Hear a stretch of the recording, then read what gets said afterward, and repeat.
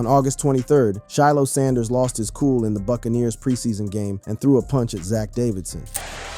That's the tight end, Zach Davidson. His father, Deion Sanders, made it clear he wasn't impressed. Coach, congratulations. What was your reaction to the last play of the game? You don't want to know. I don't use profanity, but I thought it. Now that one mistake might be the reason Shilo never plays in the NFL again. Let's break it down. The punch that changed everything. On August 23, 2025, the Tampa Bay Buccaneers were facing off against the Buffalo Bills in what many considered a routine exhibition match. Shilo Sanders, the 25-year-old son of NFL legend and current Colorado head coach Deion "Primetime" Sanders, stepped onto that field carrying more than just the weight of his equipment. He carried the expectations of a father who had conquered 2 professional sports, the scrutiny that comes with bearing one of the most recognizable names in football, and the desperate hope of an undrafted free agent trying to prove he belonged in the world's most competitive football league. After transferring through multiple college programs from South Carolina to Jackson State to Colorado, following his father's coaching path, Shilo had compiled respectable numbers: 148 tackles, 6 interceptions, and 7 forced fumbles across 52 games. Yet despite this production, he went undrafted in April 2025, a reality check that stung deeply for someone who had grown up believing he was destined for NFL greatness. The Buccaneers threw him a lifeline, signing him as an undrafted free agent on April 26, 2025. It was a chance, nothing more, nothing less. In a league where undrafted players face astronomical odds, competing against draft picks who arrive with guaranteed money and organizational investment, Shilo knew he'd have to be extraordinary just to be ordinary. The preseason had been a mixed bag of promise and frustration. Through 3 games, his statistics were modest, just 4 solo tackles across limited snaps. In the finale against Buffalo, he managed only 12 defensive snaps, precious few opportunities to showcase the skills that had once made him a standout at the college level. Every play mattered. Every snap was an audition. Every mistake could be career-ending. As the second quarter unfolded, the Buccaneers held a 10-0 lead. It was at this moment that Shilo found himself matched up against Buffalo's Zach Davidson, a towering 6'7", 251-pound tight end who had been making his own case for an NFL roster spot. What happened next would be dissected, analyzed, and debated across sports media for days to come. The play itself seemed routine enough, a running play where Davidson engaged Shilo in a standard blocking assignment. But as the whistle blew to signal the end of the play, Davidson continued his aggressive blocking, appearing to drive Shilo into the ground in what many would later describe as a dirty move or sneaky hit. The late contact, the continued aggression after the whistle, the seeming disrespect, it all boiled over in an instant. Shilo's response was swift and decisive. He threw a right hook punch that connected with Davidson's helmet, the sound of knuckles meeting face mask echoing through the humid Florida air. It was a moment of pure instinct, of emotion overriding judgment, of a young man's frustration exploding into a single career-altering action. That's the tight end, Zach Davidson. Swing, Sanders. Right there. And a shove back. And that's not going to be good. For either Sanders.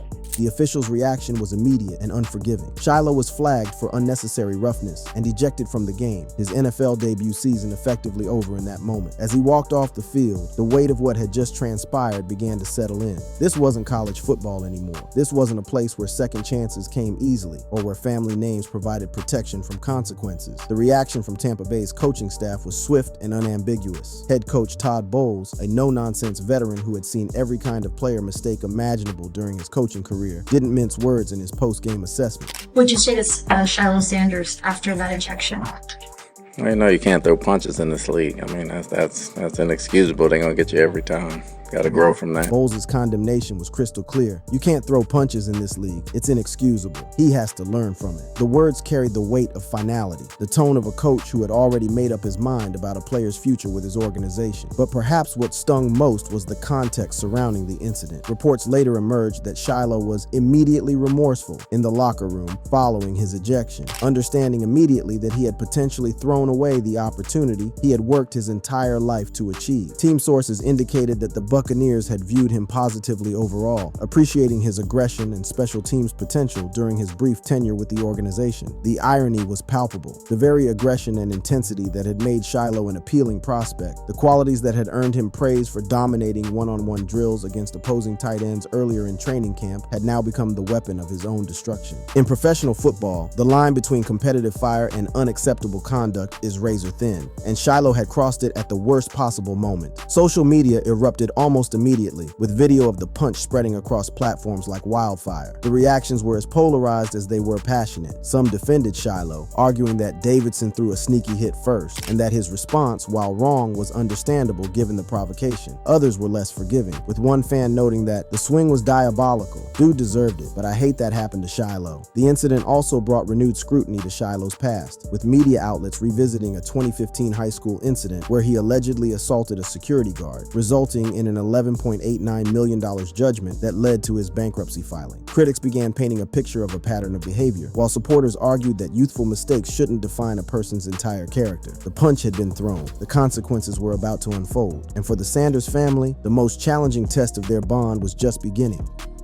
The father's response: support or silence.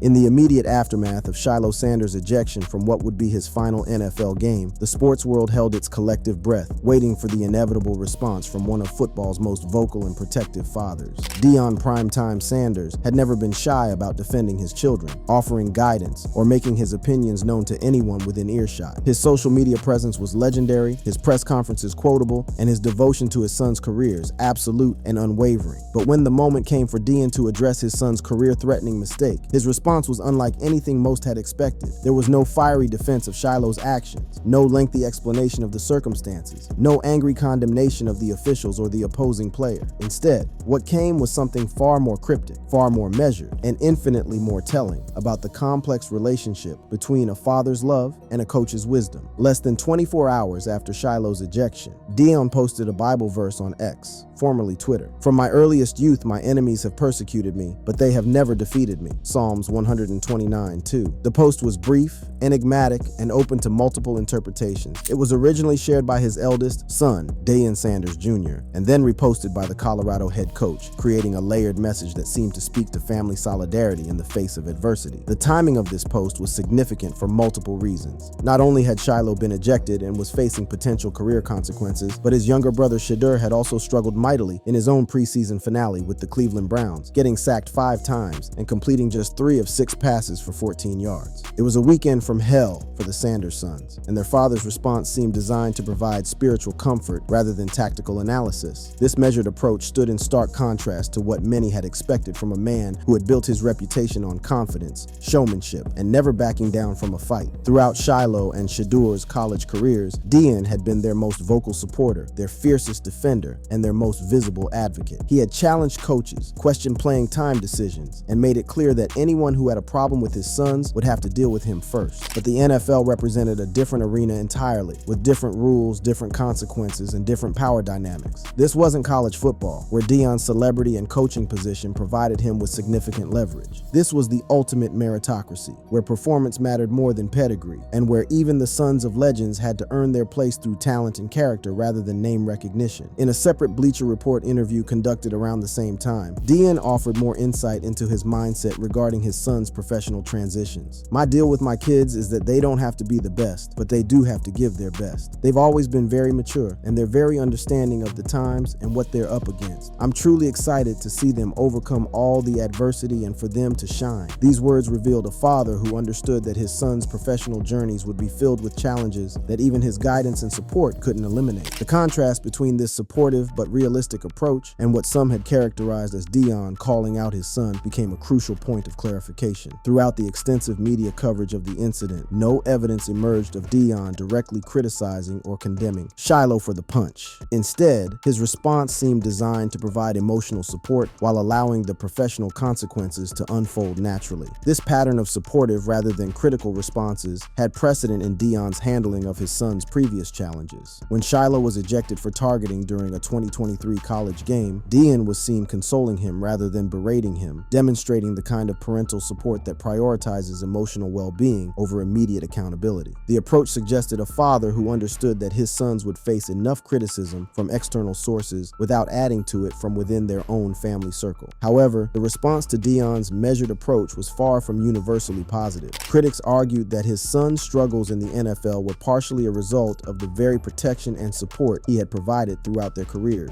Some social media users blamed Deion's high-profile persona for creating added pressure and scrutiny around his children, suggesting that his celebrity status had become more burden than blessing for their professional development. The criticism intensified when former NFL wide receiver Antonio Brown, known for his controversial social media presence and past feuds with various NFL figures, decided to reignite his long-standing tensions with the Sanders family. Brown posted on social media, "Whole Sanders fam gonna end up getting cut out the league," using Shiloh's release as ammunition for a broader attack on the family's NFL prospects. The comment was particularly pointed given that both Shilo and Shedeur were facing significant challenges in their respective situations. Deion's response to Brown's provocation was characteristically gracious, offering well wishes rather than engaging in the kind of public feuding that had marked some of their previous interactions. This restraint further demonstrated the evolution of Deion's approach to handling criticism of his family, prioritizing dignity over drama in a way that seemed to acknowledge the different stakes involved in professional football. The broader NFL community's reaction to Deion's response was mixed, but generally respectful. Shannon Sharp, the Hall of Fame tight end and co-host of the popular Nightcap podcast, interpreted the Bible verse as a message of family resilience rather than criticism, and praised Deion's supportive parenting amid scrutiny. Fellow podcaster Chad Ocho Cinco Johnson echoed this sentiment, viewing the verse as motivational rather than a call-out, and noting that it aligned with Deion's pattern of publicly backing his sons. Media analysis of Deion's response generally focused on what it revealed about his evolution as both a father and a public figure. The man who had once been known for his flamboyant celebrations, his bold predictions, and his willingness to engage with any critic was now demonstrating a more measured approach to handling his children's professional setbacks. It suggested a recognition that his sons' NFL journeys would require different kinds of support than their college careers had demanded. The timing of events also provided additional context for understanding Deion's response. On August 24th, less than 24 hours after the punch, the Tampa Bay Buccaneers officially waived Shilo ahead of final roster cuts. The speed of this decision sent shockwaves through the football world, with many observers noting that while the punch accelerated the decision, it wasn't necessarily the sole reason for his release. Team sources indicated that Shilo was already low on the depth chart, and his modest preseason performance had put his roster spot in jeopardy. This revelation added another layer of complexity to the situation. While the punch had certainly sealed Shilo's fate, it appeared that his NFL future had already been in serious doubt based purely on football considerations. For Deion, this reality likely reinforced the wisdom of his measured response. Criticizing his son for a moment of poor judgment wouldn't change the underlying performance issues that had put his roster spot at risk in the first place. The contrast between Deion's current approach and his previous handling of his son's college challenges was stark. During their time at Jackson State and later at Colorado, he had been much more vocal in defending their performances, questioning coaching decisions, and making it clear that he expected his sons to be treated as the elite talents he believed them to be. The difference in his NFL-era response suggested a recognition that professional football operates by different rules, with different expectations and different consequences for both players and their families. The aftermath, legacy, lessons, and what's next.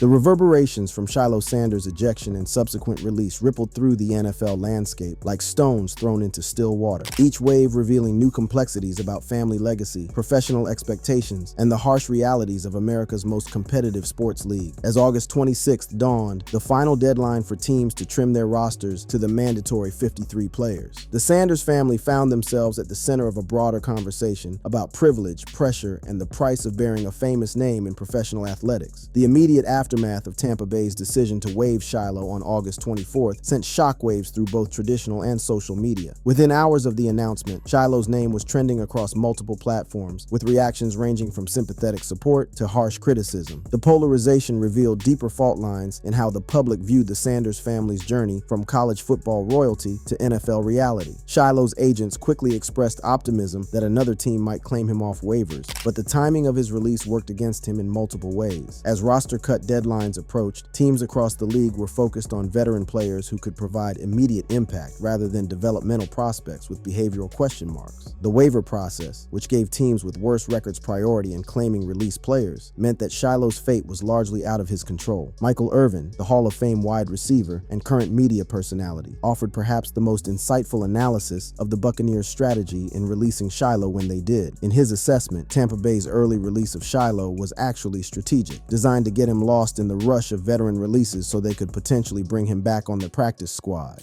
You cut him early, you know why? Because today and tomorrow, everybody will be cutting players.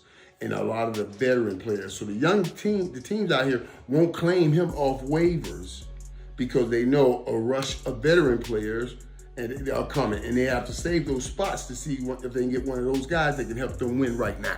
That's why Tampa releasing Shilo this early gets him lost in the mix so they can have an opportunity to bring him back on the practice squad because he's the best kind of practice squad player. Remember, they got to tell him to slow down and stop. Don't hit people. Don't do that. Don't go too hard. Irvin's analysis provided a more optimistic interpretation of events, suggesting that the Buccaneers still valued Shiloh's aggression and special teams potential, despite the incident that led to his release. Reports indicated that Tampa Bay had viewed him positively overall during his tenure with the organization, noting his professionalism and the immediate remorse he showed after the punch. The broader NFL landscape also provided some hope for Shiloh's continued professional aspirations. The Toronto Argonauts of the Canadian Football League quickly added both Shilo and his brother Shedeur to their negotiation list, signaling that opportunities might exist north of the border if NFL prospects didn't materialize. The CFL had long served as a developmental league for players seeking to improve their skills and demonstrate their value to NFL scouts, providing a potential pathway back to American professional football. Meanwhile, Deion Sanders was facing his own set of challenges in Cleveland, though of a different nature than his brother's dramatic exit from Tampa Bay. The younger Sanders brother had entered the 2025